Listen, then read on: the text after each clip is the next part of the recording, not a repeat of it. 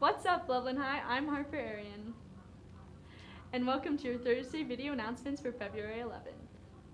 You're caught in the wire. Will I lift you up?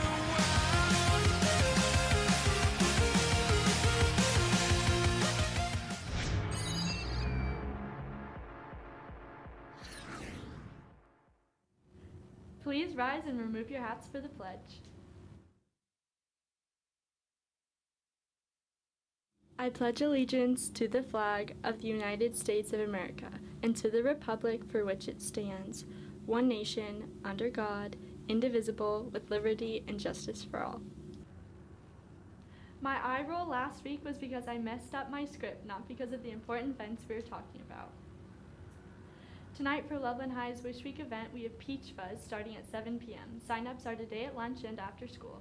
Teams are made up of 6 and it costs $5 to play and $2 to watch. According to Reporter Herald, a new disease has arisen and it's called Zika. The mosquitoes carrying the disease mainly reside in South and Central America. Zika causes a multitude of birth defects, but fortunately Colorado does not have the climate in which mosquitoes can live in. What a bummer. Referring to The Verge, the White House wants to give NASA $19 billion for the fiscal year specifically for the space agency. That's more than last year's request for $18.5 billion, but it's also $300 billion less than the agency actually received in the recent 2016 omnibus bill check. Check out theverge.com for more details. The Colorado State Capitol was evacuated Tuesday for about 2 hours because of a bomb threat. The situation was cleared about 7 p.m. Although the building was evacuated, Colorado State Patrol stated that the threat was not believed to be credible. Lawmakers were told the building required a full search anyways. Gals, ask your guys to the 50s themed Sadie Hawkins dance this Saturday starting at 8:30 p.m. It costs about $15 for a couple and $10 for a single ticket. Let's hand jive all night long.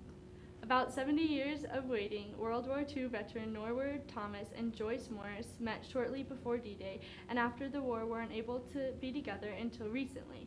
After a Skype call, the two made plans for a long overdue Valentine's Day date together.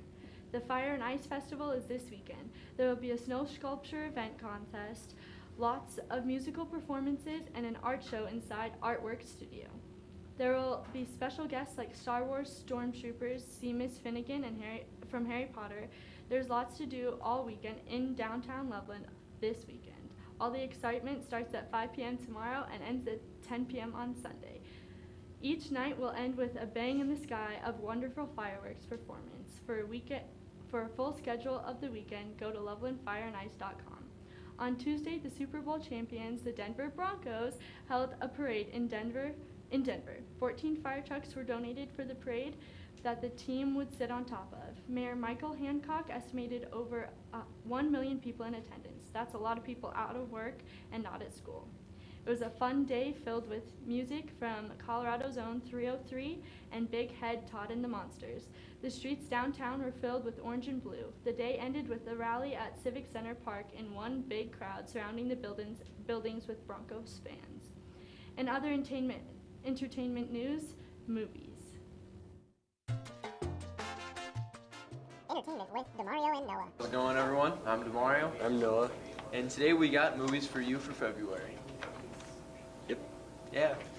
So, starting off February 5th, this Friday, we have Pride and Prejudice Zombies starring Lily James. I don't know about this one. It looks very different. And then we have Hail Caesar by the Coen brothers, which I really want to see. It's got Channing Tatum, Scarlett. George Clooney, Josh Brolin, Scarlett Johansson, Scarlett. February 12th, Deadpool with Ryan Reynolds, and Zoolander 2 with Ben Stiller and Owen Wilson is coming out. And, Hi, I'm Owen Wilson. I got a broken nose. those both look awesome. And then February 19th, we have The Witch with Anya Taylor-Joy, which I'm just assuming this is a horror film. The Witch. Maybe. And then February 26th is Gods of Egypt with Gerard Butler. And it looks terrible. Does it? Yeah, it looks like the CGI just looks terrible. Egypt? Straight up, Egypt movies are usually really bad. So someone should make a good one someday. Well, that's all we have for February movies this month, so stay tuned. We're going to do Oscar nomination stuff on the next one. See ya. See you. Can't wait to hear the Oscar nominations. Our reporter Patrick McCarthy interviewed 2 LHS students who have taken courses at Front Range to find the pros and cons are about this program. If you're a freshman or sophomore, you might want to consider taking a class at Front Range during your junior or senior year. I interviewed 2 students who have been taking a class at Front Range this year, so you can get an idea of what it's like. I take landscape design and architecture. I'm taking wildlife and forestry. You learn whether or not you like the field that you went into. You get college credits and I have experience in that field. For architecture, you get a CAD certificate so you can start immediately working in the field.